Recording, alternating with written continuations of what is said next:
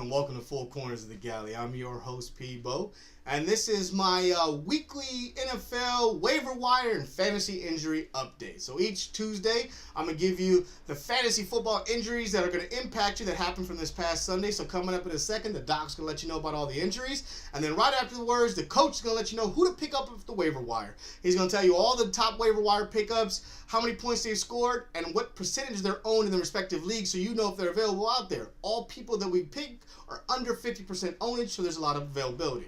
All right, guys, so there's a little briefing. I'm going to kick it over to the doc and see you guys around. Don't go anywhere. Come back on Thursday because I dropped my full show where I got starts and sits and quarterback, wide receiver, and tight ends for the upcoming weekends. All right, guys.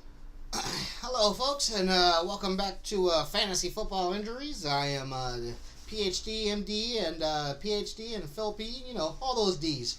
So, let me give you the results for week 2 at the fantasy injury. All right, folks, so early in the week on a Thursday night, the running back for the Cincinnati Bengals, Joe Mixon, he was out. He's going to be out for 2 to 4 weeks, folks. Make sure you check on that. Mr. Devontae Freeman, early on, he's out, folks. He's out 2 to 4 weeks. Make sure you check in on that. Mr. LaShawn McCoy, he got pulled from the game Sunday. Looks like he hurt his rib. That's not real good. Make sure you look out for that too, folks. And then we got Mr. Mike Wallace, a wide receiver for the Eagles. He was in a walking boot on his ankle. That's never good, folks. And Larry Fitzgerald, wide receiver, Arizona, his hamstring pulled at the end. Those are never good, folks. Also in the football world, but not fantasy, a whole ton of defensive players got hurt. Some cornerbacks, a lot of linebackers. So make sure you're checking on all those fantasy injuries, guys. All right, let's kick it over to the coach, and he's going to tell you about your waiver wire. All right, guys, here we are. Coach here, back for another week of waiver wire pickups. I don't know if you saw last week's, but I had some pretty good ones there.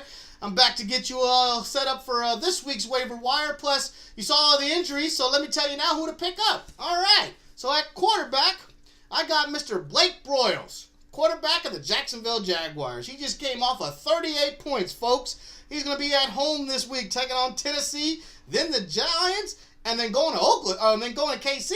It's not bad. He's only owned 28, 11, and 17% in the respective leagues. 28%, 11, and 17. So he's available in a lot of leagues out there, folks.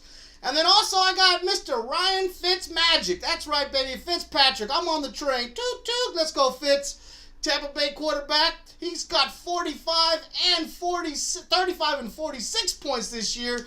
He's only owned in 22, 31, and 28% of the leagues. That number's going to go way up. He's playing on Monday Night Football against the Steelers. Check that out, folks. All right, and that's your wide receivers. I got Mr. John Brown, wide receiver for the Baltimore Ravens. He scored 10 and 16 points. He's only owned in 24, 24, and 27%. So he's barely owned, folks. He's out there. Go get him. And then Mr. Keelan Cole, Jacksonville Jaguars. I don't know what you saw, but he did that one-arm Odell Beckham. He looked pretty nice, folks. He's got a little more ownage, 49, 48, and 47%, but he went off for 18 points this week. And trust me, Blake Broyles ain't got nobody to throw to, and that guy can catch the ball. Go out and grab him. All right. And moving on to our running backs. I got Mr. Chris Ivory, Buffalo Bills. As you saw, McCoy's hurt. You're going to need a backup. He's only owning 5, 3.2, and 4%.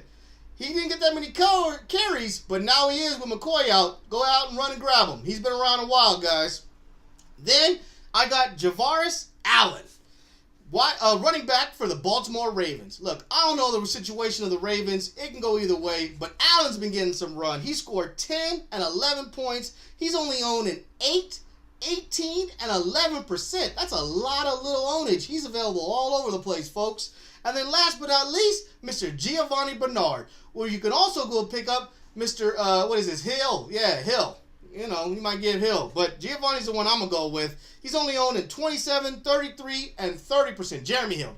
Ranking right there. They both going to be good. Joe Mixon's out for a little bit. I like Giovanni Bernard more than I like Hill. I think Bernard gets the run. And then at tight ends, folks, I got Mr. Jesse James for the Pittsburgh Steelers. He's only owning 10, 3.8 and 8% in his respective leagues, and he scored 6 and 19 points, and he was catching everything Roethlisberger was throwing out there. There's a lot of tight ends still out there, folks, and this one is really good. And, of course, I got to keep him on the list because you forgot to pick him up last week. Mr. Eric Ebron. He scored 11 and then 9 points. That's back-to-back touchdowns for Eric Ebron. He's only owning 50, 35, and 45%. So at least more than half the league still have him. All right, folks, there's all my waiver wire pickups. Hit those waiver wires tonight. Get ready for the week. I'll be back on Thursday with your brand new start and sit for the week. Until then, folks, check it out. This coach is out.